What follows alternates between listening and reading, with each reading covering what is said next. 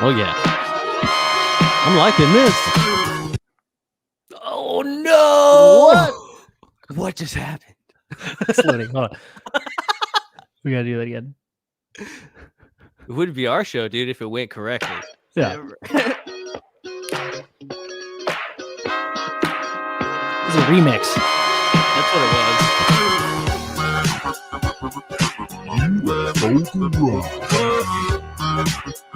Hey, this is another episode of UFO Garage. I'm Ben.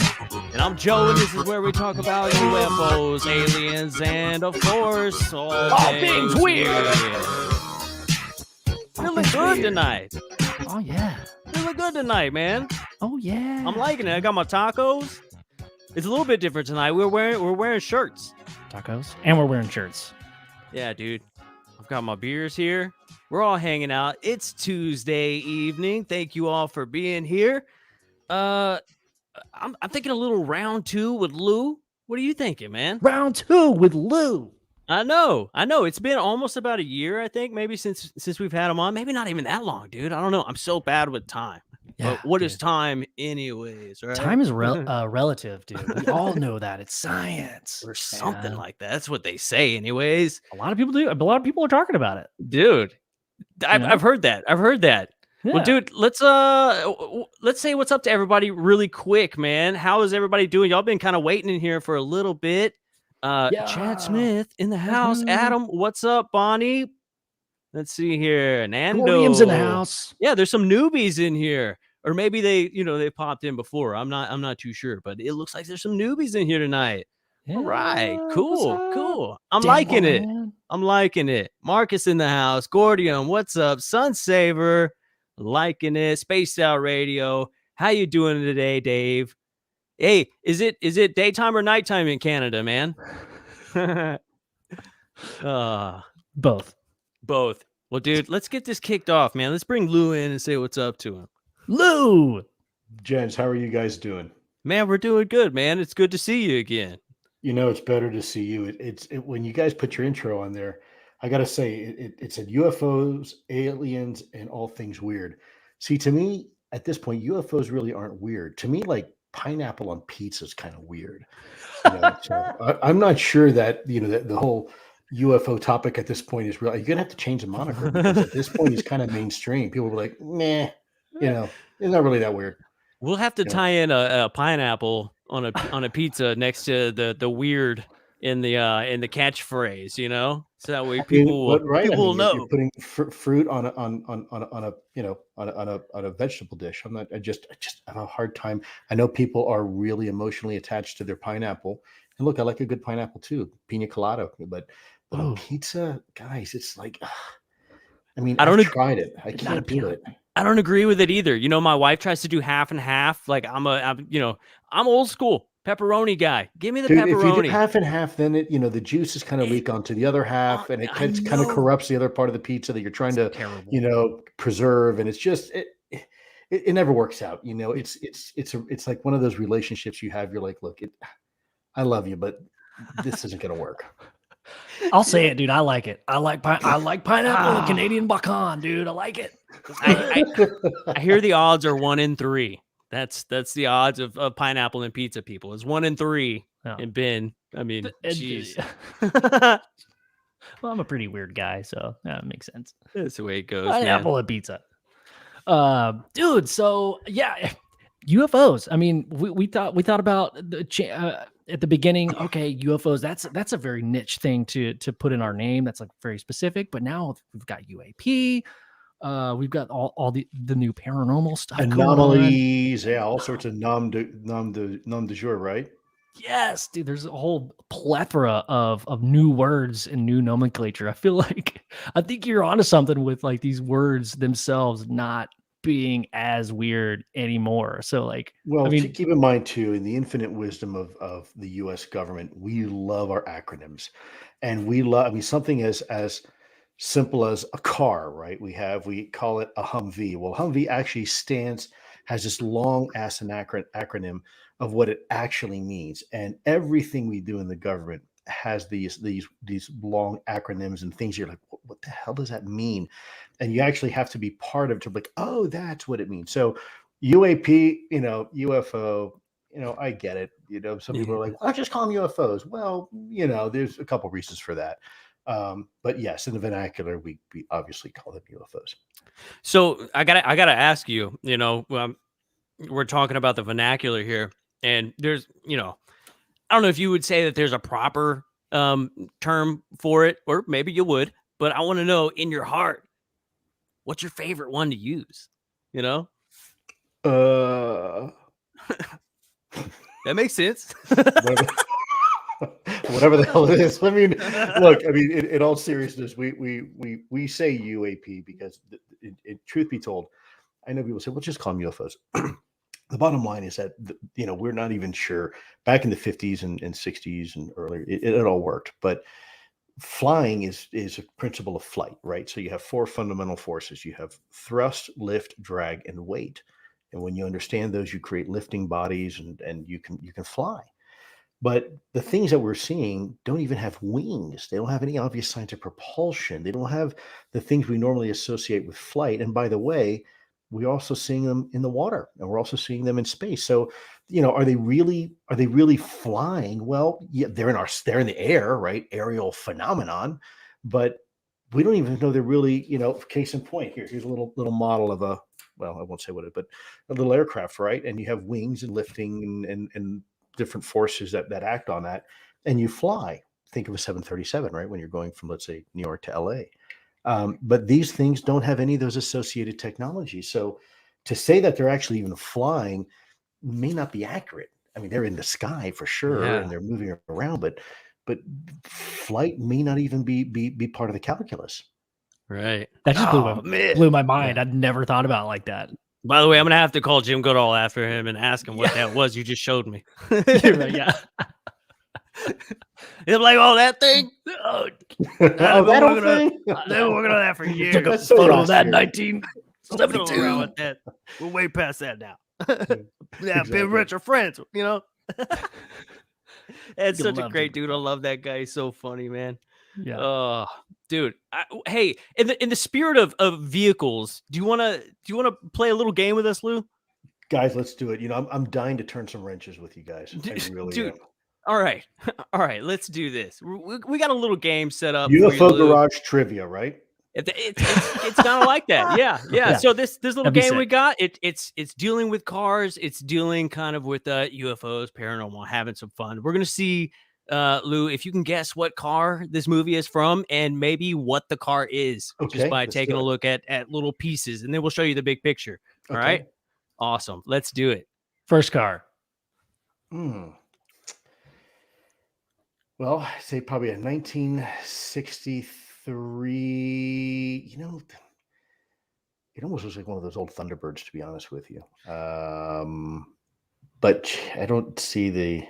I had photoshopped the emblem out because it would have given it away. Okay. I know. I made it hard.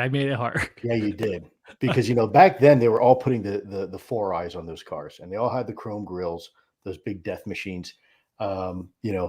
Plymouth, Buick, Ford, they were all pretty much competing with each other and copying each other mercilessly. And so I'd probably say could be a Galaxy too. All right, go ahead. I'm going to throw in the towel on this one. What's this one?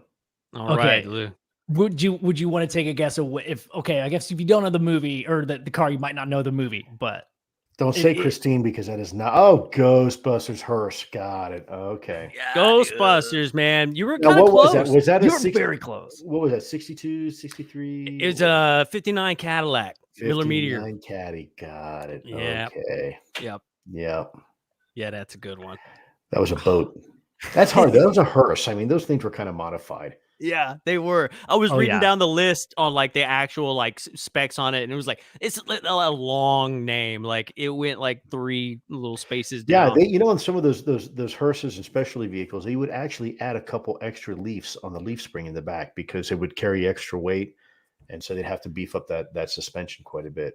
Yeah, I remember that. Do remember the siren on that car. How crazy annoying it was. It was kind of like this was going down the road. Yes. Oh god.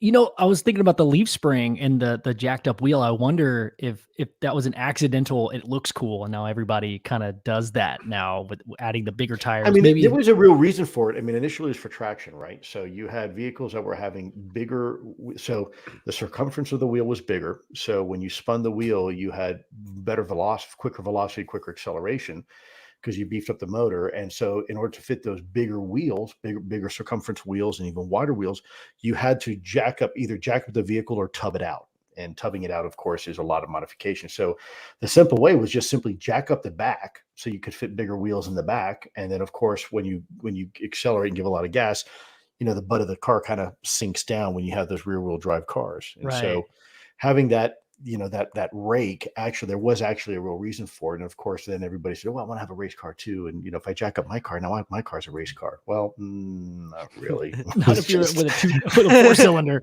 Yeah. If you're like in a 74 Bonneville, that's not going to work.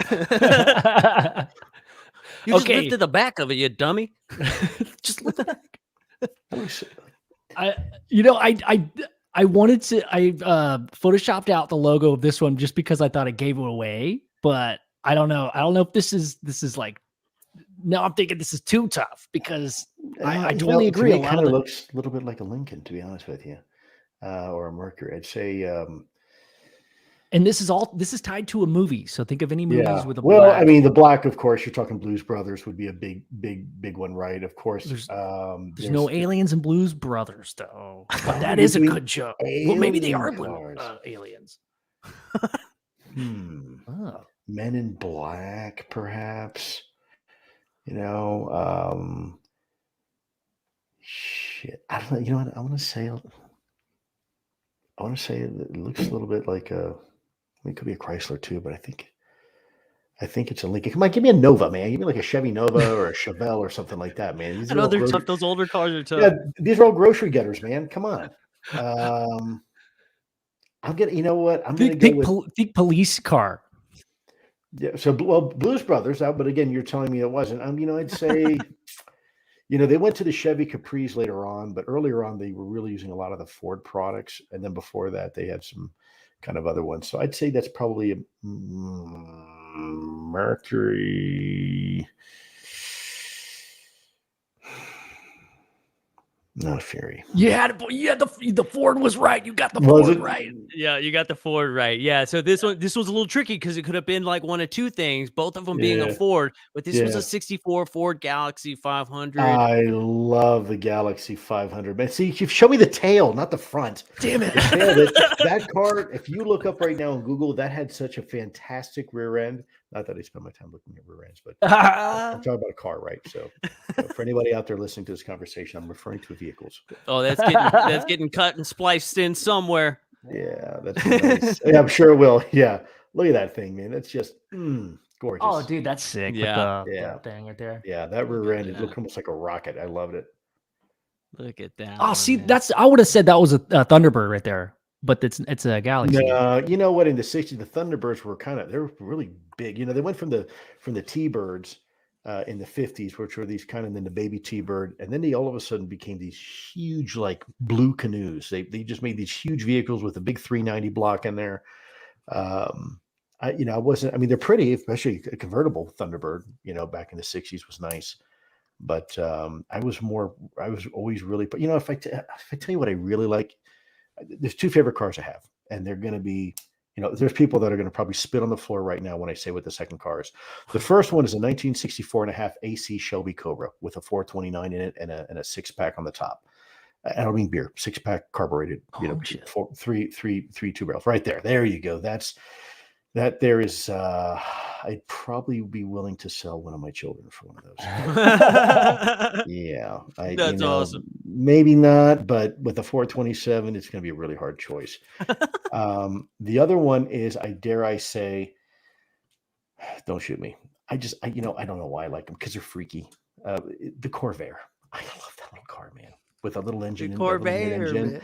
I know that thing was a death trap. I know I hear all the stories about it, but Man, I love a Corvair, man. I do. There's something about those cars. I think they're so cool, especially like a convertible Corvair. You spell Corvair. Corvair.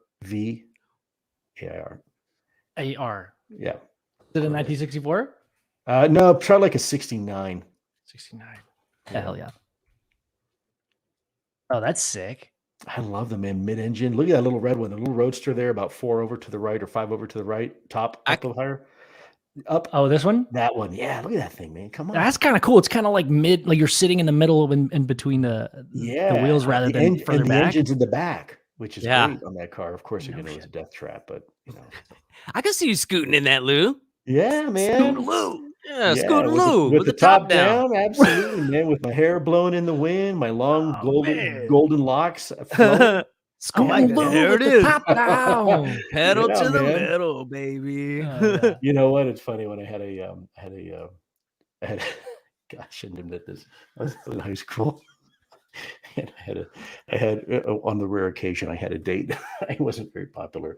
I had managed this one young lady had asked, I said, okay, great, we're going to we'll go see a movie and I'll come pick you up. She said, what kind of car do you drive? So I have a vet. And so I got to pick her up. She's like, hey, wait a minute. I thought you said you have a Corvette. I said, no, I drive a Chevette. A Chevette? I just said a vet. I'm sorry. Did you misunderstand? Oh, they mean different things to us, babe. Yeah. Like, what do you got against my car? Oh, dude. Sick. Yeah. I love those cars, bro. Yeah, look at that. Yeah. That's Lou with hair right there. Oh yeah, I was the the cat's meow in that thing. Oh yeah, like a Dodge Pacer or a Gremlin or a Oh my god. That's a Dayton machine right there. See, I could scoot anywhere in that thing. I like that. I like that car. Bro, I bet you could get pizzas places really quick and back And alleyways. you can get beat up really quick. You get heckled. You know, I had several grandmothers that would jeer at me, and yeah, this is awesome. 0 Did to yours have the 60 wood panel It on did the not have the side? fake paneling. No, that actually was long gone by the time I got the car. It was bad shape, and it went 0 to 60 and never, you know. There's a bunch of smoke everywhere. Dude, Pull it to the stop sign. It was so bad. That's awesome. All right, let's do this third one. Lou, if you don't get this one, it's totally all right. Yeah, this one was the hard one. It's kind of a difficult one, but it's a cool movie, so we thought we'd throw it in there. That truck? Yeah. That looks like from Tremors, isn't it? Oh my god, that's a good guess. Dude. That's a good guess. That's what I would have said. That's a great truck, man. I mean, that's awesome. I've actually never seen this movie either, so I mean, well, let's see. I tried to give you. The wheels and fenders are modified. They've been cut out and replaced. And I'm not even sure if that was the original sidestep bed, the little bed that they have on that truck. That was probably replaced too. So probably the only thing that was really ever original on that vehicle would be the cab. And I can't see the hood.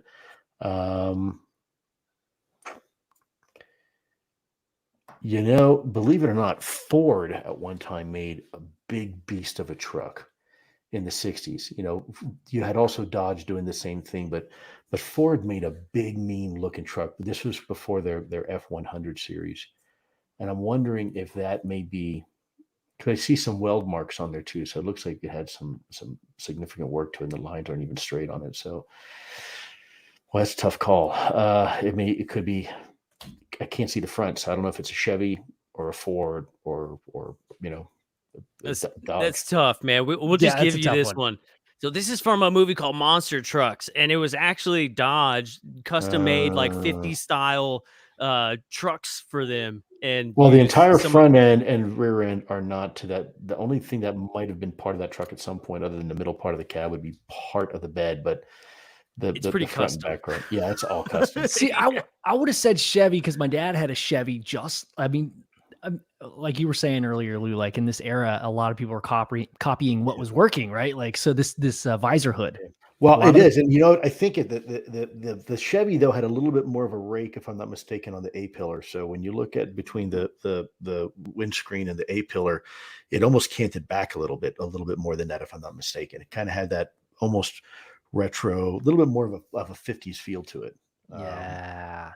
But that's a mean looking truck, man. It's a cool looking truck. All right, so we made this game way too hard. All right, we got one more. And this one's kind of subjective too, I guess. Like, but they've narrowed it down to 2 options. So and you've been pretty good so far. Yeah, getting close. Yeah, I grew up unfortunately in this genre. I actually remember when the Mystery Machine was the Mystery Machine, and yeah, I remember that truck quite well. And I never realized until I got older that Shaggy and Scooby were they were high. I didn't know that. As a kid, I just thought they were goofy, and when I got older, I'm like, hey, wait a minute. Yeah. Why does my friend Dave act like that? You act just like Shaggy, Dave. Always hungry. Oh my god! Yeah, I didn't put 2 and 2 together. I was kind of kind of innocent, I guess, when I was really young. And it wasn't until I got older I'm like, oh, now I understand the innuendos. Oh man, dude. So they claim that the general consensus is that the Mystery Machine is either a mid-1960s Chevrolet G-body panel van or a Dodge A100. See, I'd say GMC. I was going to say GMC. Are we sure it was Chevy? Because I would say more looks like the GMC version. Which is, I mean, that same, obviously, yeah. I know tomatoes. People, purists are going to be out there. Oh, same factory or same. I know, I get it. Yeah. Speaking of tomatoes, I thought it looked like Mater from Cars. Oh yeah, the truck Mater from Cars. Yeah. The movie, the legendary. Yeah, Mater from Cars. Right. That's what I remember it is. That's a funny movie, man. Yeah, when you got little kids. Oh yeah, that's great. That's great. Well, Lou, you got every single one of them wrong, but we're still gonna send you a T-shirt. Right? Oh, you got the Mystery Machine though. Oh, that's right. That was kind of, that was a gimme, guys. Come on. You get a koozie too, then, man. Yeah, that was easy. I mean, I don't deserve anything for that. I mean, I think anybody would recognize that. Hey, man, everybody that comes on the show deserves, at least a T-shirt. So, do me a favor. The next time, let's put some cars like not grocery getters, not give me something sports car. We were trying to think of some like cool sci-fi cars, like, and like alien movies, but with older cars. We're like, we couldn't think of any. We had like the Kip, but then it was like we just kind of like fought crime. It was just like a futuristic car. Oh, you're talking about Knight Rider? You're talking about the 1990 Rider? Yes. Come on, that was a great car. I told you, Ben. I'm sorry. I was like, that's not an alien. I was like, the Mandalorian is a time machine. Awesome, man. I remember when that car came out, man. Everybody wanted one of those. That was awesome. And that little light in the front there, man. And then after a couple seasons, it kind of got cheesy. They started like adding all sorts of like fake bodywork, fiberglass stuff, like little wings and stuff that popped out. And at that point, I'm like, oh, okay. It's like the old Miami Vice show, right? It starts off really good. And then after like 10 seasons, it's a stretch, right? So they start adding all sorts of, really outlandish plots. And you're like, okay, this show's coming to an end soon. I can tell. Yeah. You could always tell, dude, when the dialogue starts to get like repetitive or like the themes, like there's like the same bad guy doing the Ben, same I'll tell you, I'll share something with you. I've never said this publicly, but it's people always say, oh yeah, you had that show, and I said, well, we did it as part of our public engagement, and I'm not really a TV guy, and that's not really who I am. I prefer to stay in the shadows. I remember when the show got greenlit. And everybody was super happy and giddy. And I got this call from some people from New York, like, hey, congratulations, the show. And they had this kind of like a little happy hour for us to say, hey, this is going to be great. And I feel bad now looking back because I didn't mean it in a bad way. But I looked at one of the producers, really nice lady. I won't say her name here, but you can probably look her up. And I said, I'll tell you, when you find out your show's going to get killed, right? And she kind of looked at me and says, no, I think she's looking for like intelligence, right? Like, how do I know a show's going to get canceled? I said, the day you find out it gets greenlit, because no show is forever. And so, yes, this is time for celebration, but also as a time for celebration, it is also a funeral to some degree, because that no show lasts forever, and there will come a day where the show will end for one reason or another. People don't want to do it anymore, or the ratings are not there, or whatever. So, always be humble. Don't ever get too full of your britches and too big of yourself thinking, oh, this is it. And I'm number what, that's no show lasts forever. Right. Well, I mean, the same could be said about a lot of things. I mean, it's all about that balance, the yin and yang. I mean, it's an interesting perspective that you took about like the beginning and going forward. I mean, that's a very human thing, but not a lot of people take the time to go that far. I think that's a wise way of looking at things. I feel like a lot of subjects could use that empathy or humbleness, right? So Yeah. like Well, it is. every It's humility, right? And it's keeping everybody grounded and realizing, hey, look, we're going to do something. We're on a mission, but don't get too big yourselves. Remember, there's a reason why we're doing it. And if you think it's just to sell advertisements, you're wrong. We're doing this because we believe in this cause, and we're going to do our very best. And we'll reevaluate in 2 years. But understand that this is just a means to an end. This is to get the conversation started. That's always what this has been. It's been part of just one pillar of 5 pillars that we've been aggressively, attacking to some degree. And so it's I guess for people in Hollywood, it's kind of hard for some people to reconcile that, because they think, once you have a show, that means you're a success. You're it. That's it. You've achieved that. And I tend to disagree. I think that's just the beginning. And for us, it served a purpose. And when that purpose was achieved, then it was time to do something else. Now, maybe in the future there'll be times to do it again. I don't know, but right now we're focusing on getting government, and our government in particular, and Congress informed, and our executive branch informed, and our intelligence and defense communities informed, and getting people informed, and having engagements like this.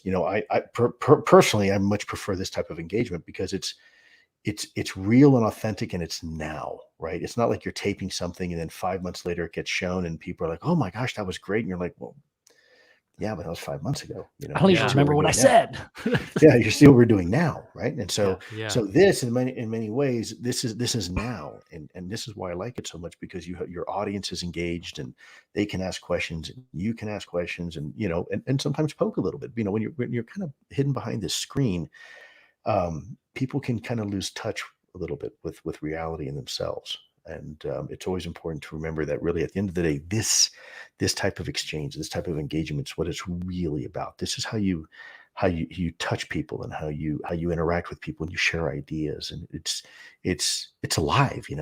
Yeah. So, Yeah. Lou, dealing with all of this, and you personally being so close to the whole thing, there's a lot of talk in this realm of stuff. What is something that you think people should talk more about, you know? Because it's so Um, scattered a lot of the yeah. times, that, if there was one thing that you wish that people would like, I wish we would talk about this a little bit more. What would that one thing be for you, man? It's probably not what you're expecting.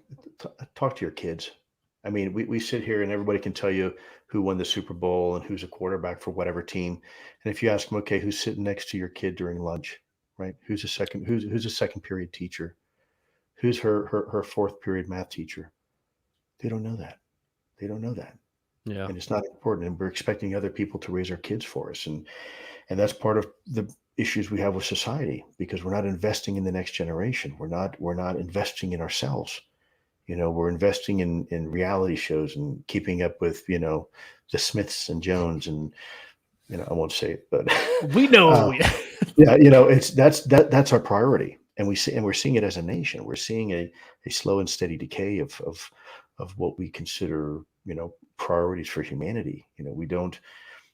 We don't see each other anymore as individuals. Most of the time, when I was living across on the West Coast, I was surprised, in some degree, even appalled, in that world of Hollywood, because the first thing people do is say, "What do you do?" Not "Who are you?" Right? Not Yeah. "How are you?" Not "What's your name?" It's "What do you do?" And the Mhm. reason why is because they're racking and stacking in their brain. Where do they fall? Right? Can they get something from you? Are they higher than you on a social status? Are they lower than you? It's very transactional. And that, to me, was very, very sad to see, because we lose a little bit of our humanness when we do that. So if you were to ask me the one thing we should be doing, we should be talking to our kids more. We should be asking them, how are they doing? How are they feeling? What's important to them? How do they feel about the Russia and the Ukraine issue? I know they've heard about it in school. They're reading about it in current, events. What do they think about it? What do they think about China and the South Pacific and the South China Sea? And what do you think about climate change? Again, without giving a prescribed answer, just what do you think? Why do you think this is important, or do you not think it's important? Right? Are there other things that are more important to you? I think that's what we should be doing. A wise man once said a long, long time ago, the greatest nation is but one generation away from utter ruin.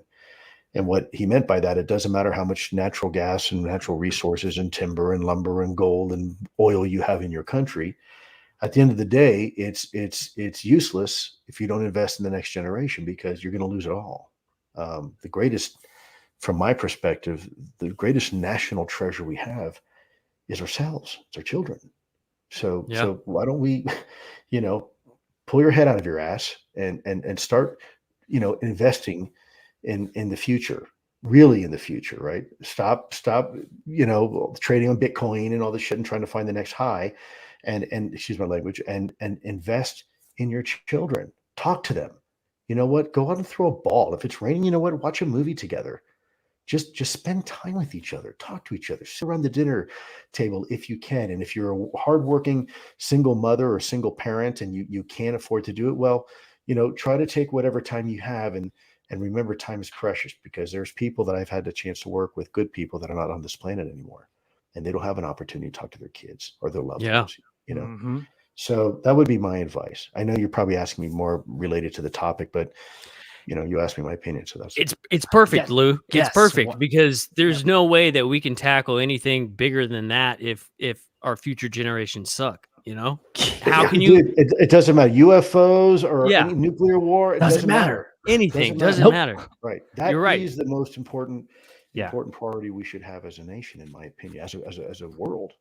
Like, I always think about this. Would you rather know the truth of the phenomenon, or would you rather be happy or be able to live a life and have a happy life and happy, healthy family? Like, what would you give up, I guess would be the question. I've always asked myself that, like, since I've been into this subject, like, what would I give up to know the truth and the whole truth, not just about UFOs, but like the history, where we come from, where is life, what is consciousness itself, and like, what would I give up? And I always circle back, like, nope, I'd probably be exactly where I am right now, just having fun asking questions. That's I tell what's people, fun. real truth is real freedom, but it doesn't necessarily equate to real happiness. And we need to understand that people are looking for that next dopamine hit, right? And whether it's in the latest fashion or the latest sports car or the latest, trend, whatever. And I just think we lose touch sometimes. And in that pursuit of the ultimate truth, whatever that ultimate truth is, I'm not sure we're ever going to get to the bottom of it. I mean, we are a species that loves to ask questions and inquire, but we there's still a lot to this universe we don't know about yet. I was just having this conversation not too long ago. We've been around as a species for the last 100,000 years as Homo sapiens sapiens. And we've always kind of known there were other little animals that look like us, and monkeys, and and then there's these things called fish and birds and insects, right? And then of course plants.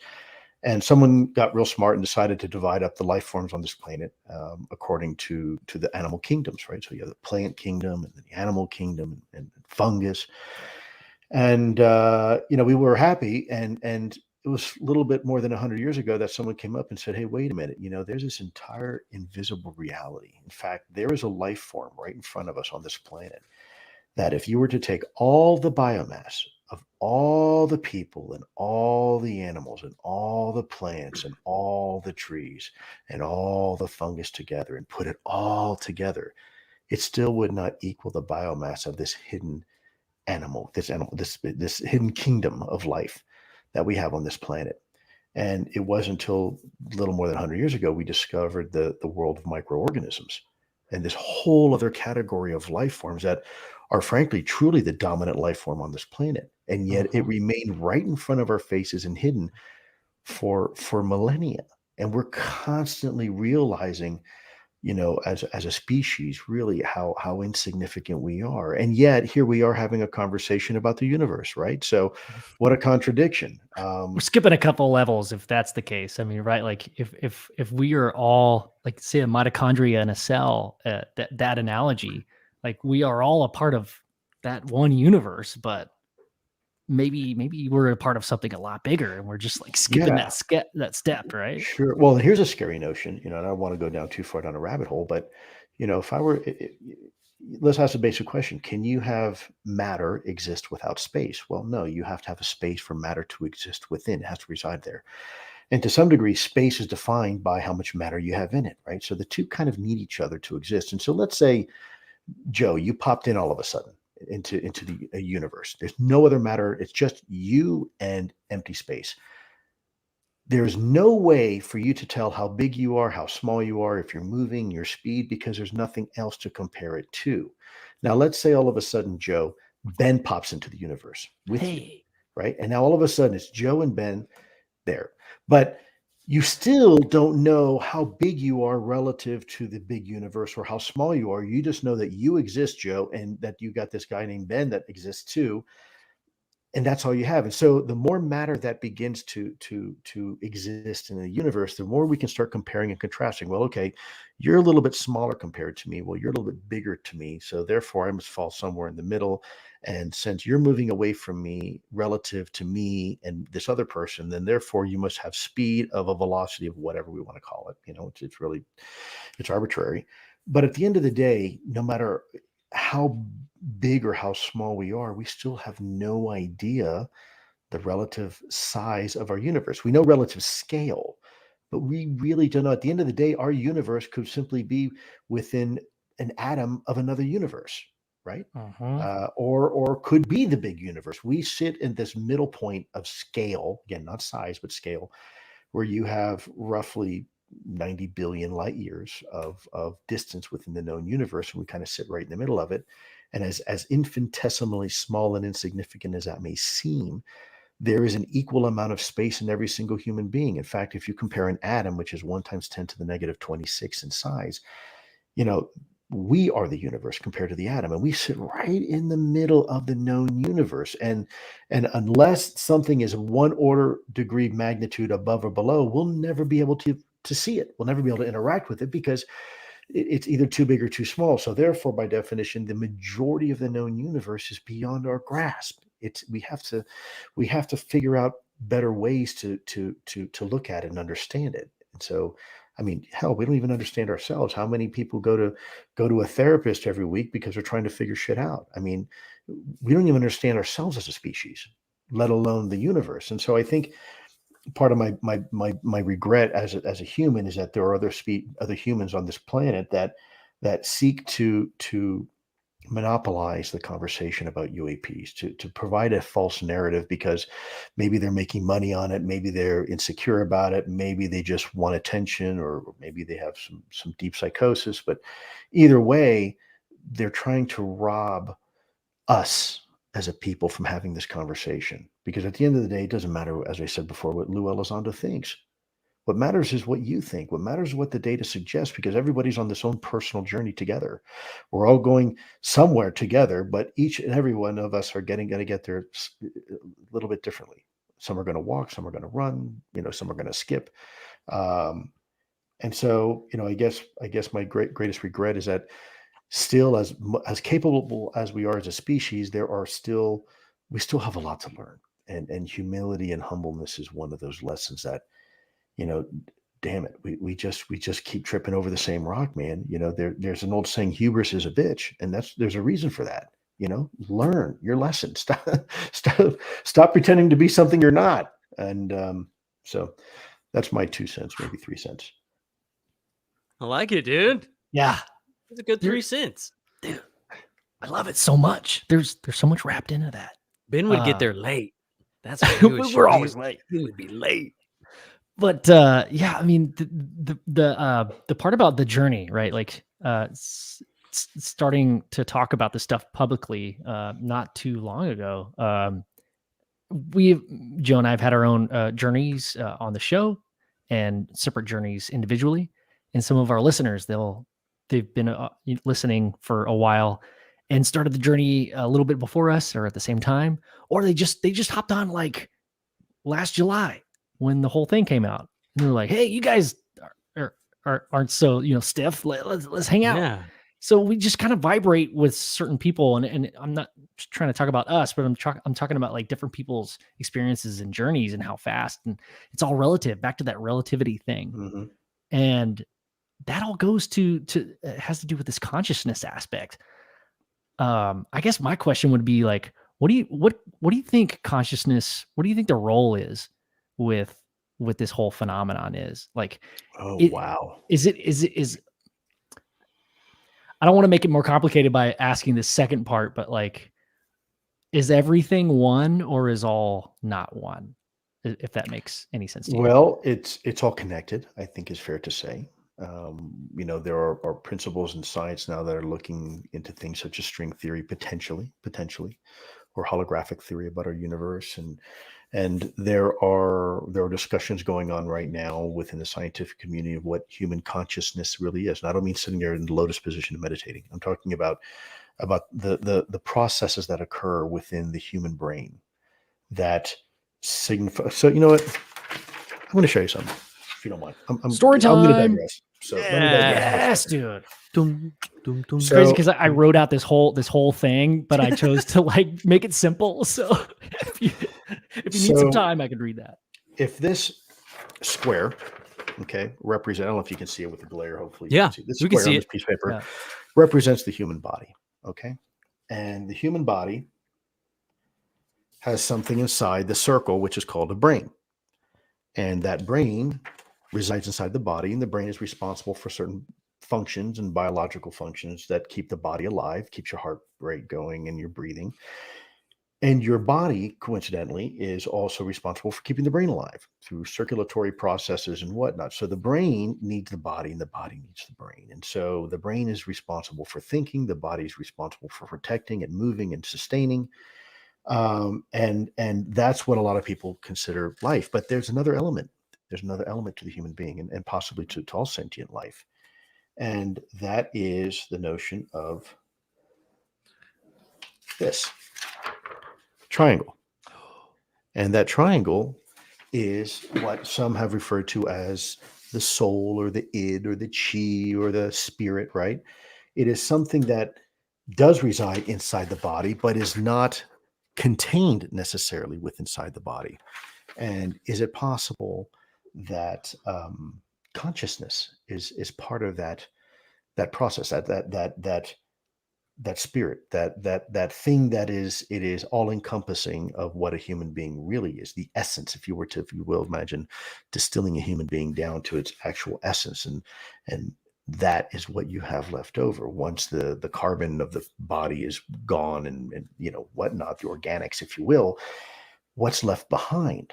And that is the great mystery of the universe, because that it is possible to some degree. Some people speculated that's maybe how people can remote view and psychic abilities and all these things that seem to be paranormal, when in reality may have a very perfectly rational explanation. It's just part of a hidden kingdom, but a hidden kingdom to which we're all connected. That's certainly something that is it's possible. It's hard to measure things that you can't see or feel or touch or taste, right? So how do you measure it? Well, you measure that in the value of love and expression and art, right? Things that are intangible but are expressions of the human spirit. Random acts of kindness, right? People who give more than they take. So again, I don't want to get too esoteric on you, but I think that human consciousness is something that we don't really understand very well. I think it is potentially something that is beyond the carbon unit that we call a human being. Case in point, if I get in combat and I God forbid me or a buddy of mine loses a leg or an arm or both my legs, right? I'm still Lou. We just minus a couple limbs. And if I have a traumatic brain injury caused by sustained in combat, or perhaps maybe I was born with unfortunately with a mental challenge, You know, I'm still Lou, just because, I'm not necessarily be as smart as others. I'm still Lou. So that's not what defines who Lou is, or you, Ben, or you, Joe, or anybody in your audience. You're not defined by what you see in the mirror, and you're not defined necessarily even by what you think or how you think. There's something else that makes Ben, Ben, and Joe, Joe, and Lou, Lou. So the question is, what is that? What is that? This elusive property that we're looking for, this fourth element, if you will, of matter, And does it lie in the spiritual world? I mean, I've been privy to some pretty extraordinary things. I don't talk about them publicly, but I tend to be a fairly rational-minded guy. I went to school and studied science and have degrees in that field and believe in the scientific method and process. But there are other elements out there that science can't explain yet. And I think it's okay. And I think we should be wary of just poo-pooing it and be like, nah, that doesn't exist. Well, okay, but there was a time that people didn't know electricity existed, right? You saw lightning in the sky and, oh, the gods are angry. You had no idea that it was electrons moving from cloud to cloud. Yeah. Now, of course, we kind of laugh about it, but that was, for a lot of people, that was real, man. That was the gods are angry. I don't know about anything called electricity, but I know that the gods mad. So we're always learning. We're on this journey of teaching each other and learning from each other, hopefully, and not trying to stifle each other's thoughts and dreams and hopes. It's good stuff. Yeah. Joe, I asked the last question. You go, dude. So I guess mine's not as heavy. It could be heavy if you wanted it to be, though, Lou. It's kind of just throughout this whole process, this whole thing. I mean, I know you said you like getting to talk to people and stuff like that. But what is one of the? It doesn't even have to be like UAP related or anything. What has been one of your favorite experiences, just in general, through just getting to meet all these people and talk to different people, not getting to talk to people? I mean, like what's been your favorite thing so far, I guess? The greatest experience of my life has been that of a father. That is a culmination of anything and everything I could ever hope to be. My daughters are the greatest accomplishment of my life, period, full stop. I'll never be able to achieve anything greater than that. I still look up to them. They're my biggest heroes. I almost lost my youngest daughter during childbirth, and I almost lost my wife too. So I know what it is to almost lose a loved one, and it was really touch and go there for a while. And for me, it's been fatherhood. I'm always learning something new. Now, as far as UFO related, it's interacting with real people who want to share ideas, people who want to improve other people's lives any way they can, even if it's just a simple gesture or a hug or a handshake. I spent a good portion of my life in a career field where, one could argue you're destroying human beings, and I'm at a point in my life where I'd like to spend the rest of my life trying to put them back together if I could. I like it, man. Love that. Yeah, love that. So, Lou, I mean, you hit on a couple of things, man, that really resonated with me. I started writing a list of questions, but like honestly, I only got to one because it like led me down this path, man. And it just kept going, and you kind of already addressed a couple of these talking points, but this does, back to like the deep stuff. I just love talking about consciousness, and like we're not speculating. It's just like, no, what is speculation if no one knows yet? Like no one really knows. So is it speculation or is this discovery or I think it's discovery. I think it's, look, every law of science today, every principle that we take to heart started off as someone's wacky, zany idea at one point, someone's proposal, and be like, what are you talking about? So yeah, go ahead. Oh, I was going to say, so this whole idea, like we talk about the golden ratio. Nikola Tesla says if you only knew the magnificence of 3, 6, and 9, you would have the keys to the universe. So then consciousness is merely a word we use to describe, I'm reading, by the way, describe the receiving and emitting of both non-physical and physical frequencies. Consciousness, much like love, which you hit on earlier, is a verb, not a noun. If our brains are the hardware we use to interpret consciousness, that means we are simultaneously interpreting both non-physical and physical frequencies, whether it's while we're awake, sleep, consciousness, conscious or unconscious. Does that mean our individual interpretation of reality, consciousness is subjective, and that 100% truth doesn't exist? Or is it both? Well, that's a great, interesting question. Is there something as a universal truth? Well, I think there are, but there's also mostly personal truths. And I said this before, personal truth is like your belief in religion, your belief in government, your culture, right? Those are personal truths to you. And then there's universal truths like gravity, right? Nobody escapes that. That's everybody. You can interpret the way you want, but everybody's affected by it the same. Unless you had a big pizza for dinner, then you might be affected a little bit more. So it's one of those things, and we have to be very clear: what is a universal truth, and what is a personal truth, and is a universal truth truly universal? Is it? Can that truth even be subjective to some degree, right? And so, I do think that we are on a journey. I think we are on a journey of discovery, and I think it's okay to ask the questions. And I think be brave and be bold in your questioning of everything and everyone. It's okay. The truth has nothing to fear. It has nothing to hide. As I said before, the truth sometimes she whispers, but if you listen carefully enough, you can hear her speak. And I think that's what we should probably try to pay attention to, because Ben and Joe and your audience, all have personal truths, and my personal truth may not necessarily be their personal truth, but they're still truths. They're still true to me, just like they're truths to them. And we have to be able to reconcile that and understand that. And as real as my truths may be, they may not be real to other people, and vice versa. And so that is where the friction. I don't think anybody really argues gravity. Universal truths tend to be everybody agrees. Okay, yeah, I got it. The stove is hot. Yeah, I'm going to get burned. Got it. Okay, that's equal for everybody. It's the personal truths where we have problems, because we don't relate to each other very well, and we don't really respect each other very well. And so when you give me your personal truth, I say, that's crazy. You know what you're talking about. When in reality, you do. It's just your truth is it's again the old adage of the three blind men, touching an elephant. One's touching the trunk, one's touching the ear, one's touching the foot, and they're all describing something completely and totally opposite of each other, and yet it's part of the same animal, the same structure. Boom. Love that. Yeah. I think people get caught up on like specifically asking you things that like you're not allowed to talk about.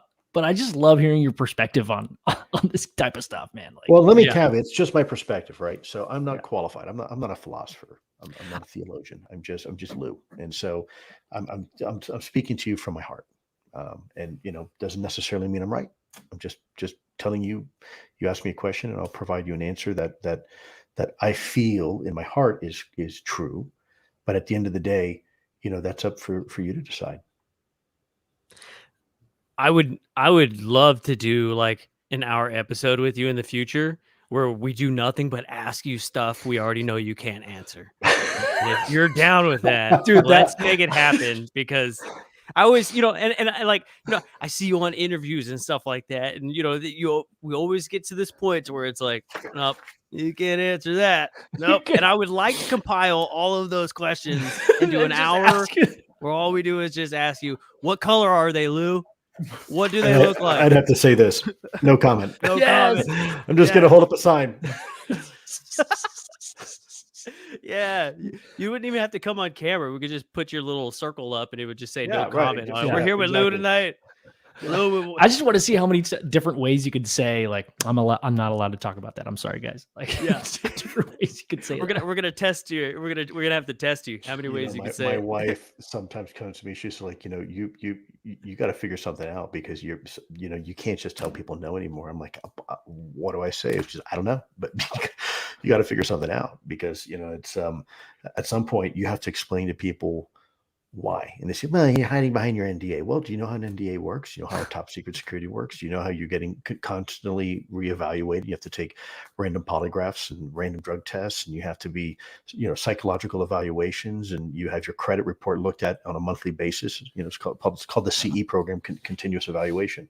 But anybody who holds a clearance like that, you have to be very mindful of what you say. And it's very stressful for me, and sometimes even very painful when I know an answer and I'm just not at liberty to say. But I think people need to understand that, look, a security clearance is like a marriage. And when you take an oath, either you mean it or you don't. Okay. For me, I mean it, and so in this case, my marriage is to the American people. I took an oath, swore that I would never, ever compromise national security classified information. And I don't. And if I were to make an exception to do that, then you could never trust another word I say that comes out of my mouth, because I violated that trust. I violated that oath. If I do it one time, then it's like cheating. Well, I only cheat on my wife once. Well, it's not only, it's, yeah, okay. Well, if you did it 1,000 times, it's still bad, but cheating once is bad. It doesn't make it any better. And so, Yeah. That's my perspective. There's got to be like this kind of feeling though of like, yeah, like obviously we don't really know how, like, we don't know the details of like your full, life story and leading up to all of this stuff. But, there's got to be like this moment where it's like, yeah, I'll do that.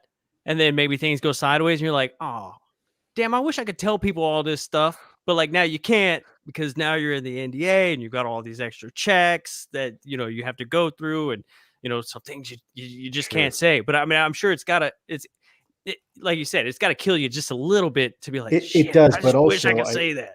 I think we also, in fairness, it's because I haven't violated that oath, we've been able to come this far in the conversation.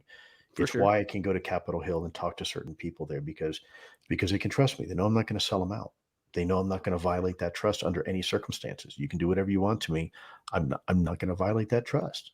And to me, trust means everything. Either you're loyal to it or you're not. And Yeah. I'm not bagging anybody who's not feeling the way I do. Okay, but here's a personal truth, right? This is my personal truth. I made a promise, damn it, and I'm going to keep it. If you don't want to keep your promise, you don't have to. Fine, but don't expect me not to keep mine. And that's kind of how I feel about it. Yeah, I mean, it makes sense. It makes sense. Look, I gotta ask, because you were talking about, like they do like credit checks and all this other stuff. What if everything is squeaky clean, right? But then like one day you were just like, man, let's get this credit out of here. Like, where you just take your credit one day? Like, what would they do to you? They're like, Lou, I need you to come into the office. We noticed that your credit is kind of shitty lately, and we want to know why. Yeah, like what Can number you does just it be have? like, well, it's none of your business. Like, oh no, they said So I it is bought our a business. so I bought a Mustang. Yeah, because we want to make sure that you can't be compromised. We want to make sure that if you get into, so one of the biggest reasons people spy, and I won't go into a lot of detail here, but is because they get into some sort of financial issue, some financial crisis. And so to relieve them of that monetary burden, they start, if you look at things like Hansen and Aldrich Ames and all these folks that were spies, a lot of them did it because they needed money, pay off their debts, because they don't want to lose their clearances, they don't want to lose their status. And so that's one of the indicators that we have when someone's conducting espionage. Yep. It makes sense. That's smart. That is real smart. Ben, Yeah, you would because have never thought of that, dude. someone comes in the middle of the night and says, hey, I'll give you $1 million for that, document over there. People are like, sure, right? Well, that's espionage. You can't do that. Mm. Well, So we see kind of what happens to anybody that I guess goes against the intellectual property of our country and shares it publicly. It doesn't go well. No, it doesn't. And history doesn't treat those people usually very well who try to rush her either. And so these are the lessons of life that we need to consider when you are doing something like this. For me, I also took an oath to the American people, and that oath was sacred to me. And that was always to tell the truth and to defend the citizens of this country from all enemies, foreign and domestic. To me, it got to a point where the oath I took was to the American people and to our institution. It was not to the bureaucracy. The bureaucracy is something completely separate and different than what America is. The bureaucracy is nothing more than a tool to support the system. My oath was never to the tool. My oath was to the person who holds the tool. That's the American people. This government is designed to work for the people, not the other way around. And far too often we forget that. We think the government's this big, thing out there, this big monolithic thing, and we have to, do what it says. No, we don't. It does what we say. We are the masters of the government, not the other way around. And we cannot allow apathy to subjugate us, because it will. Government will. All governments will eventually, if you're not careful. If you allow, there's an old saying, absolute power corrupts absolutely. So you have to be very mindful of it. Government should be wielded, and I think it should be managed. I don't think government's job is to manage us. I think it's our job to manage government, and that means getting involved in your local elections and making sure that the right people are in office. There's an old saying that bad politicians are elected by good people who don't vote. Mm-hmm. Okay, yeah, I see that. I was gonna say something about me not voting in 2008, but it worked out fine. It was great. So it was awesome. Well, part of the problem is too, we don't, sometimes we don't have a very good selection, right? We're a country of 33 flavors, like ice cream, and unfortunately, we're always forced to choose between chocolate and vanilla. But most Americans like either pistachio or strawberry, right? And they're like, no, you can have whatever flavor you want as long as it's chocolate or vanilla. Well, wait a minute, it said 33 flavors. I thought, I want bubble gum, right? That's you can have bubble gum. You want chocolate or vanilla? They didn't pay us enough. Tell us you had butter pecan, man. There's so many other options out there. But those options are terrible.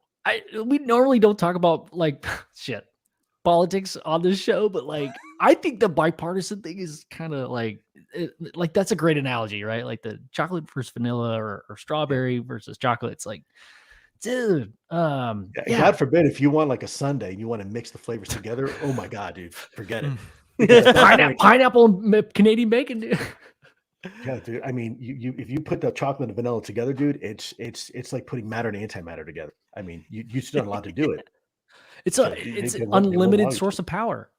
Yeah. Yes. Hey, before, man, we want to respect your time, and before we get out of here and stuff, I do want to take a couple just little chat room questions. Let's do it. Absolutely, from some people. We had some super chats come in. One of them is from John Music. It says to Lou, we need to all have a truly serious long talk about the millions of mysterious missing people and abductions globally that are done without human consent. Is that assault or an act of war? Obviously, you're not going to be able to answer any of this, but I want to get that out there. Maybe you just have an opinion on it, right? Because people do go missing. We don't know what happens to them, and some of them have some pretty interesting stories. Sure. Well, first of all, John, thanks for the question. Secondly, let me state that I'm not sure it's millions of people, but it's substantial. There's enough people who wind up missing that someone needs to look into it. We know for a fact that folks like over in France and in the organization of Japan had been looking at some missing persons on the French countryside that just disappeared, just gone, vanished, like they never existed. Right. We've had reports here in the United States of individuals being gone for days at a time. In other cases, people with missing time. I happen to have a very good friend and colleague of mine. I haven't talked to him for a while, but he was, I'll be careful what I say here. He was a patient of effort in the government as it relates to this topic. And, he had missing time. And it's something we should look into. I think it's too early to say, well, these people are being abducted and, it's being caused by, those things, whatever they are flying. But we do need to look at it. And if it turns out that's the case, then we've got some hard questions we need to ask ourselves, because you're right. If, where I come from as a former special agent, If you take someone away from their location against their will, that's called kidnapping. Right. And by the way, if I touch you, that's called assault, right? So now we're talking 2 felonies right there. Yeah. God forbid anything else, right? Yeah. Anything else is, it only gets worse from that. So Yeah. I don't think that the conversation about things being always benevolent and good is necessarily accurate. Again, that's a personal truth, not a universal truth. So I agree. I think we need to have that conversation at some point. And this is why you see now in the Gillibrand law that was passed that we're going to look at biological effects. That's because of people like you, John, who are curious about this and say, hey, is there a connection? Well, you know what? That's a damn good question. Let's find out. Awesome. Thank you, John. Yeah. This is from Mad Duck 74. Can you ask Lou if there's an impending event that relates to recent disclosure efforts? You may have alluded to that in one of your last interviews. This is a highly evolving topic right now. We're learning stuff every day. I think people would be shocked and some would be amazed at some of the things that are happening. If you're focusing on the 3 videos that just got the conversation started, right? There's a lot more, and it's getting the attention of some very senior people. Yeah. All right. Hell yeah. All right. Let's see here. Let's see here. Joe, I lost track, dude. I wish I could. Did you? Out, I know they're just like flying in. I think I started one of them and like, I just can't. we're so professional. Oh, okay. Go for it. I think this one's fun, Lou. So, have you ever heard of a gravity cutter? Like, does that ring any bells? Like, it doesn't need have to do with your specific job, but like, no, I'm familiar of a lot of terms like gravity wells, and I'm I am familiar with Casimir effects and things like that, but I'm not familiar with the term gravity cutter. The problem with gravity, it's very elusive. We don't still know what the hell it is. We know the effects of it, but we still have no idea what it is. Is it a particle? Is it a field, a wave? Or is it something completely and totally more bizarre? It's what we do know is if you have 2 objects in space, that the space-time between those 2 objects is different than the space around those objects on the outside. Why? Why is that? Why does matter perturb space and time the way that it does? How does space know that it's there? Why does space react that way in time? And so that tells you that there's some fundamental principles we don't understand yet. Space and time are connected, but why and how? And why does it matter that mass in the universe perturbs it, right? Right. We have all sorts of mathematical equations that can describe it, but we still don't know what it is. Is it a leech over effect? Is it one of the fundamental forces that should be much stronger? Why is it so much weaker? Well, maybe is it bleeding off into another universe or a dimension? These are all real hypotheses that have been postulated by very smart people in academia and physicists. We have no idea what gravity is. So a gravity cutter, unfortunately to me, I don't even know what that means, other than I suspect it might be some sort of way to separate gravitational fields, but I don't know enough about that. Yeah, Gordy M85, thank you for that question. Yeah, I love that thought. So there's this difference between, is gravity a wave or a particle, right? Kind of like with light. Right. Some scientists have proved theories and disproved theories that when you observe light, some people call it a graviton, right? Mm-hmm. Which is similar to a proton, right? So kind of gives you this idea that it's this little thing that goes out and it's called a graviton, but others say no, it's actually not that at all. It's a wave that travels at the speed of light, and others say nope, it's not even that. Yep, it's even more bizarre. It's a field, and that field can be perturbed, and others say nope, it's not even that. And so we have more understanding of to do of gravity before I think I could even begin to try to answer that question. A great question by the way, but I know. But long story short, I'm not familiar with the term gravity cutter. Seems like every time we figure something out, like give it 10 years, we're going to find out 14 other things that it could be. Every door you open, there's 10 more behind it. Yeah, man. Strong believer in that. Joe, did you find another one, dude? Let's see here. Oh, you didn't. Okay. Well, yeah, there's one right here. Mr. Crowley said, "Told you guys, it's all waves." How It's consistent is low observability? It's a question. What other types of stealth tactics do they use? That's by Nando. Is there in your research and stuff? Nando. I mean, yeah, great question. So low observability was coined because it was hard to see both with the naked eye. It was hard to see electro-optically. It was hard to see with things like radar. So the question is why? And it turns out that there were some principles suggested in physics that if you understand the technology behind it, then low observability is a natural byproduct of that technology. It's going to be hard to see unless you power down the vehicle, the technology. Once it's powered up, you're going to get this weird effect, bubble around the object, the vehicle. And as a result, it's going to be extremely difficult to see because it's like looking at a koi fish underneath a pond. It looks distorted, it looks wavy, when in reality, the fish isn't distorted or wavy. It's the way that light behaves when it hits the water and is reflected and refracted back into the eye.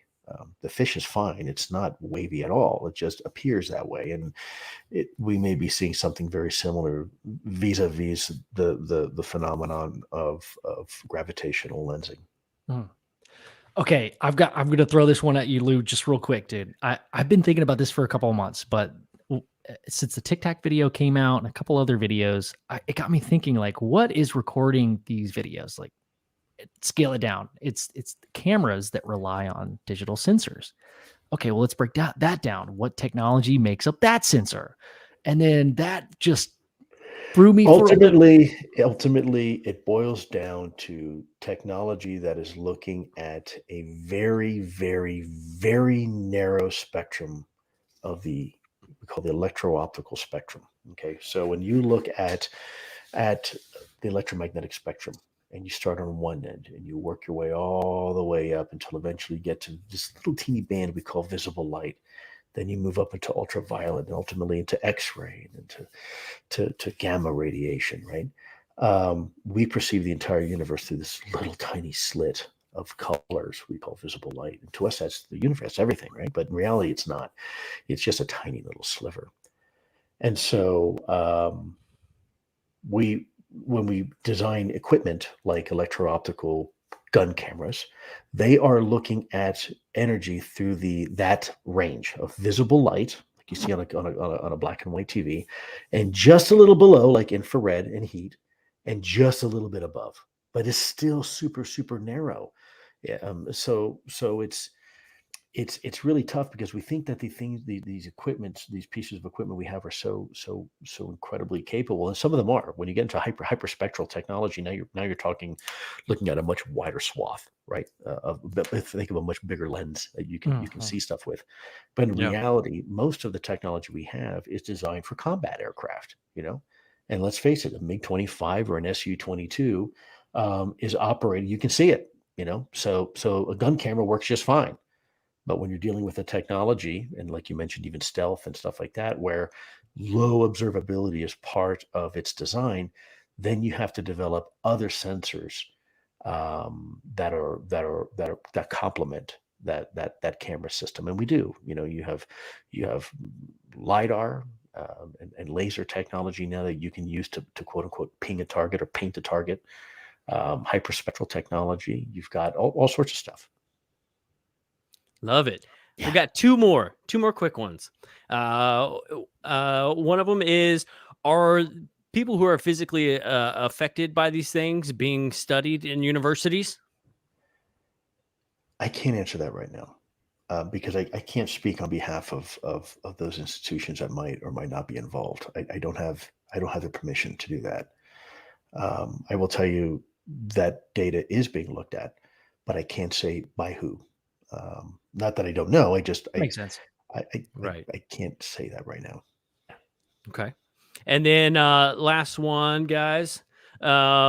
Hey guys, great show. Question for Lou. Lou mentioned about there being Roswell data. What Roswell data were you referring to? Thanks for the super chat, Josh. Thanks for chat. Super chat, dude. I think people will be surprised to know there's more to Roswell than I think most people are aware of. Some people are aware of it, but there's more to Roswell, and there's other similar incidents that are equally compelling. Love that. I want to be careful because I wasn't around for Roswell, and we have to be careful because we don't want anecdotes to cloud facts, right? Bottom line, it's a really cold case. It happened a long, long time ago.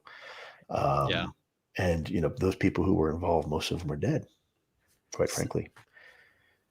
So the different, like the distance between facts and truths, as we were talking about earlier, become farther distance as you. I mean, let's look at this from an empirical data perspective. Okay, let's just suspend what people know right now of Walmart, of Roswell, or what they think they know. If a balloon crashes, I'm probably going to send a staff sergeant and probably a couple privates to go retrieve the balloon. And I'll probably send a little small security detail, a couple MPs to go out and just secure the area, make sure no one, trips over it. I wouldn't necessarily send a senior officer with a lot of people and a flatbed trailer, lowboy trailer with 3 axles that are designed to carry heavy weights, right, and big objects for a Mylar balloon. That's not the way we do business. You don't do that. You don't send an army out to write a speeding ticket. That's not the way it works. Or backhoes to move dirt, large amounts of dirt. Right. Balloons don't do that. You don't need that for a balloon crash. You need 2 people. That's it, and probably the trunk of a Jeep. And that's it. A rope. Yeah, and done. One and done. Just hope it's not windy that day. You got balloon flying all over your face. Jesus Christ! Come out here! I don't even get a raise or nothing. You didn't even tell me to wear pants. I came out in my shorts.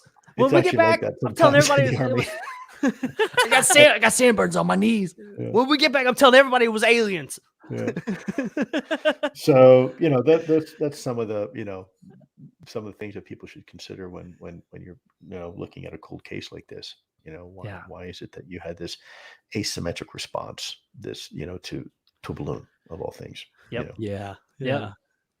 Well, that's awesome, man. Hey, Dave Scott of Spaced Out Radio said, Lou, some of us miss your chin blade, man. And I gotta say, I miss it too, dude. I miss it too. I'm a fan of the beard. I can certainly grow it back. Being Latino, I can. This. I can. Honestly, I can bench press one time and have a full beard. Yeah, right. So, you probably shaved this morning, so yeah, right, exactly. Yeah, actually about an hour ago. So it's not a problem with people like that. It's just I had it for a long time, and I don't want it to be a distraction. The one thing I don't want, I know it's iconic because, oh, you're that guy with the goatee. But then, you wind up risking being that cult of personality, right? Where that becomes you, that becomes your identity. And all of a sudden you're that UFO guy, when in reality, no, I'm just a guy that happened to be studying UFOs for the government, And so I decided I'd try to grow the beard out a little bit. And, I guess I'd shave it off. I like the beard. I'm liking the beard, man. I'm liking it. Let it come on in, man, because that's what I said the last time you were on. I think you should grow the whole thing in. Let's see what happens. And here we are. Asking you shall receive, everybody. So the problem is I will never have the glorious beard that you have. Mine will probably come out about halfway through and then be all kind of patchy and mangled and. It looks, you got to think of like this nice, distinguished, Santa Claus beard, but not in my case. Some chicken nuggets and birds flying in and out of it and creating nests and all that. So in and out. Yeah, right. Yeah. Is that a color TV you have hidden there, Lou? Yeah, 19-inch bird TV, man. You never know when you're gonna need it. Yeah. So, right. Golly, man. I love it. I love that. Well, man, this has been a great time. Lou, thank you so much for hanging out with us again and answering some of our listeners' questions and just kind of shooting it with us, man. I absolutely love it. My wife, I mean, even if I didn't want to do it, she wouldn't let me. She loves you guys. So, it's you're right there at the top of the list. You guys can ask anytime. And Mrs. Elizondo is going to say, Lou, you're doing it. Yeah. Awesome, man. Awesome. Well, hey, start hitting the gym, Lou. We're going to do a topless episode soon. All right. And maybe we'll be topless and do a full hour of questions you can't answer. If you do it, you know what? You have my word. I'll do it. There we go. Dude. There we go. All right. Well, hey, Lou, thanks for stopping by tonight, man. It's been great. Joe, Ben, my pleasure. And a big thank you to your awesome audience. At the end of the day, that's who this is all about. We all know that, you guys and myself, it's all about the audience. This is why we do what we do, because we don't have the ability to talk to each and every single one of them in a room. Otherwise we would. So we have to do the next best thing. Right. And so we create a virtual room and say, come on in, everybody, let's talk. Just hang out, Yep. Figure out the universe. Yeah. Try to. Thank you so much, man. You got it, guys. My pleasure as always. And hope to see you guys real soon. If you guys are even your audience are out in Wyoming, you always got a free place to stay. Awesome, man. That sounds great. That sounds great. Dude, yeah, we'll definitely hit you up on that. Actually, we were just talking about that. So next time we take a road trip, dude, road trip, man. Absolutely. Come on out. I'll show you the Jeeps and the motorcycles and all right. Some of my projects. Let's do it, man. Well, we'll definitely keep in touch with you. All right. All right, guys, be safe, take care. And yes, sir. Again, thanks for everything you guys do. Really appreciate it. And thank you to your amazing audience. Thank you so much for spending the evening with me. Yes, sir. Thank you. Thank you for your time, brother. I'll talk to you later, man. Take care, guys. Bye. All right. Cool, man. We did it. That's another one in the books. Round 2 with Lou. Yeah. Round 2 with Lou. Yeah, man. That was a good night. Thanks, everybody, for coming and hanging out with us. Checking it out. Sorry we didn't get to everybody's questions. It's just, it's a lot of them. There's a lot of you guys in here tonight. Yeah. Hey, there's like 130 more of you in here than usual. You guys are fakers. I knew it. You guys don't watch the show.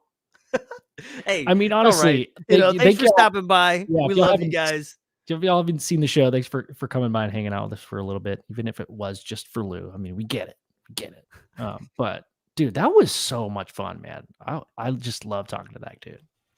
Man, he's a very interesting guy, right? I mean, it really boils down to, right, there's some specifics that you can really get into, but like, it's the conversation. What kind of conversation can we have? No matter who it is. We like to start 30 minutes in. Yeah. Yeah. We loosen up a little bit, shoot the shit. I mean, like, I would never want to like start off at, I mean, that's not the show. Like, this isn't, hey, fucking answer me. Like, that's what I was thinking earlier when you were asking me about your question. I didn't know if we were going to start it and be like, hey, everybody, we got Lue Elizondo. Lou, what do you think about consciousness? And is everything, or is everything not everything but one? I was like, oh, shit. That's why I gave you the moment of silence. I didn't know you were going to. You were very polite. But I figured we would, banter for a little bit and then, eventually get to the deep question. But I just spent so much time trying to think of questions and I only came up with one. No, I thought it was an amazing question. I just didn't want to don't say it first. And then you think that it wasn't an amazing question. Oh, got it. Yeah. But it was a great question. So, heck yeah, man. Hell yeah, dude. It was a great night, man. Great night. Yeah, dude. We'll be back on, what's up? I was going to ask if you ate both of your tacos. I didn't. I started chatting and then you weren't eating your tacos and then he wasn't eating tacos. And I was like, well, I'm trying to eat these tacos. And like, but then I wanted to like ask questions and I couldn't because I had mouthful of taco and I couldn't be the only one with mouthful of taco, Yeah. Okay. Well, that's okay. That makes me feel better. Cause I'm not starving. I ate before, but it would have been funny if it was just you just nomming on tacos the entire, it would have been like 15 minutes. Yeah, dude. Yeah, dude. Thank y'all, everybody in the chat, for hanging out with us and asking awesome questions and just hanging out. I mean, that's Lou said it at the begin or at the end. Like, that's what this is all about. Is like opening up the conversation, talking about this stuff, trying to figure this stuff out. Even if he can't answer it, right? Then he's like, it. hey, I asked the question. Lou couldn't answer it. I'm going to hold it really close. And then I'm going to ask somebody else that question. And I'm going to keep asking that question until somebody answers me. Yeah. You know? Yeah. And then that's okay. It's okay. Just because one person maybe didn't answer it or maybe didn't give you the answer that you wanted doesn't mean you shouldn't still seek it. I think every question is valid. Like, we should validate every form of curiosity. Like, like, it's so dumb to say, like, in cliche, but like no question is a dumb question. I think we should validate everything, right? Like, if we should have asked him if the sun was cold. Dude, I thought about it. But like, it's not true. I didn't know this, maybe this is a Thursday topic, but there's like multiple layers to the sun that I did not know about. Definitely. We'll get into that Thursday, man. Definitely Thursday. Yeah. Thursday will be a fun one. Yeah, it will be fun. Flynn, Bigfoot, and maybe that guy is a super smart guy. Maybe we can bounce around the same kind of, because I'm gonna be riding high on all these answers and questions. Yeah, for sure, right? So I'm sure he'll have a weigh-in of some sort. So we'll see. We'll see you guys Thursday. Yeah, it's gonna be a great time. Everybody that was here tonight, we'll see you Thursday. Come back on Thursday. We're gonna be talking to Flynn. It's going to be good times, man. But yeah, you guys can catch us every Tuesday it's usually totally topless, 2-topic, 2-taco Tuesday. I had my tacos. We had our tops on, but you guys heard it. We sweetened old Lou up enough to where he said the next time he's totally coming on with his shirt off. So we'll be here next week with our shirts off. You can also catch us on Thursdays. We're here every Thursdays. We've got shirts on if you prefer that. No biggie. Everybody's a little bit different, right? You know, some people like it, some people don't, you know. But can we, for those that don't know, it's totally like, it's just a funny joke that started out as a joke and it built up the shirtless thing, right? Like, it went from a joke to a thing. So now it's a thing. So come check us out on Tuesdays. Also, guys, go to UFOGaragePodcast.com. We're that's our website, and we got cool t-shirts. We've got all the episodes on there. You can check out all of our stuff. Anytime you buy something from us, 20% of that every quarter we take it and we donate it to somebody who needs a little bit of help. If it's in the UFO community or people who are doing research that need some funding or whatever, we just want to take our money and the merchandise that you guys purchase from us and use a little bit of y'all's money, and together we can all help each other out. And our first one is going to be going to Anomaly Archives. You guys will have Smiles on here March 10th. He runs this thing. It's friggin' amazing. Really, really cool dude. I don't want to give away too much until he hops on. Awesome dude, man. I mean, this place is so cool. Talking books, right? From like the 1600s, everything, all the MUFON cases you could ever want to read. And it's not just UFOs and stuff like that, right? I mean, we're talking cryptids, we're talking consciousness, we're talking everything, witches and ditches and slamming in the back of my Dragula, that kind of stuff. Super awesome. Anomaly Archives. Dracula. Dude, they've got so many VHSs. You can even rent books from them. It's amazing. I love that place. And unfortunately, we were only able to go there once. COVID kind of put them in a sticky situation. The rent went up. So we're trying to find them a new home. And that's what we're doing. So we'll be having Smiles on March 10th from Anomaly Archives, trying to help them out. So our first quarter is going to them. So yeah, every time you purchase something from us, some of it goes to them to help them out. So go check it out. Yeah, dude. Awesome. Was that good? Dude, you're crushing it, bro. Appreciate it, man. Appreciate it. Crushing it, dude. I just wanted to tell you you're doing a good job. Well, hey, I appreciate that. I appreciate the encouragement. I appreciate you appreciating me. And I'll do it better next week, too. Really? I'll be practicing. Yeah. I'll hold you to it. Hell yeah, man. All right, man. Well, that's about it for me, dude. Yeah, man. Hell yeah. And this has been another episode of UFO Garage. We'll talk to y'all on Thursday. Yeah. All right. Laters. Peace, y'all.